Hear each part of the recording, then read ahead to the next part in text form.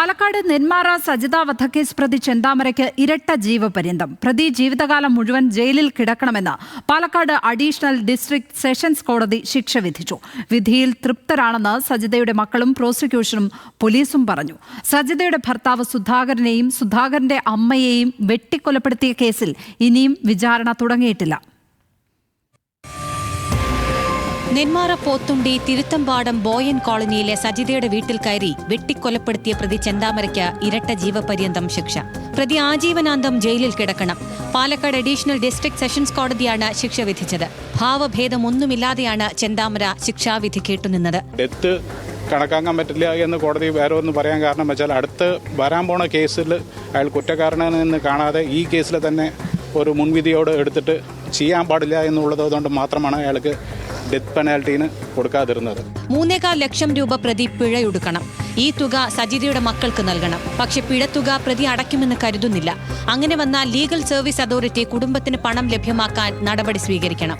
ചെന്താമരയ്ക്ക് വധശിക്ഷ നൽകണമെന്നാണ് പ്രോസിക്യൂഷൻ വാദിച്ചത്.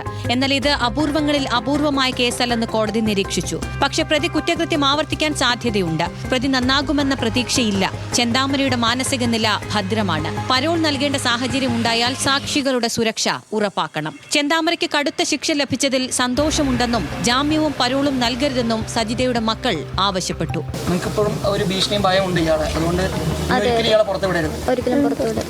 പരോളോ ജാമ്യം കിട്ടരുതെന്നാണ് ആഗ്രഹം. അങ്ങനെ വന്നാൽ ഇപ്പോഴും ഒരു ഭയത്തിൽ തന്നെയാണ്.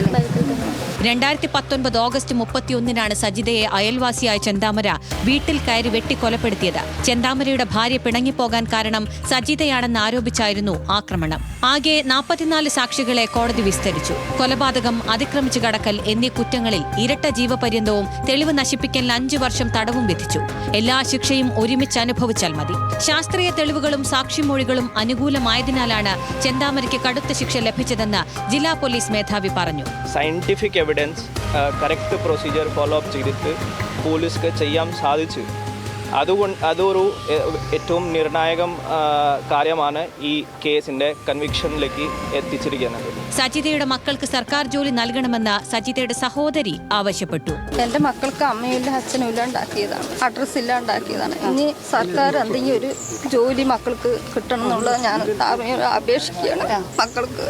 വിധിക്കെതിരെ മേൽക്കോടതിയെ സമീപിക്കുമെന്ന് ചെന്താമരയുടെ അഭിഭാഷകൻ പറഞ്ഞു. മറ്റുള്ള മർഡർ കേസുകളെല്ലാം പ്രതിക്ക് പരോൾ നിരോധിക്കപ്പെട്ടിട്ടുണ്ടെങ്കിൽ ഈ ചെന്താമരയുടെ ഈ കേസിൽ പ്രതിക്ക് നിയമാനുസൃതം ലഭിക്കാവുന്ന പരോൾ ലഭിക്കാനും വേണ്ടി കോടതി പറഞ്ഞിട്ടുണ്ട്.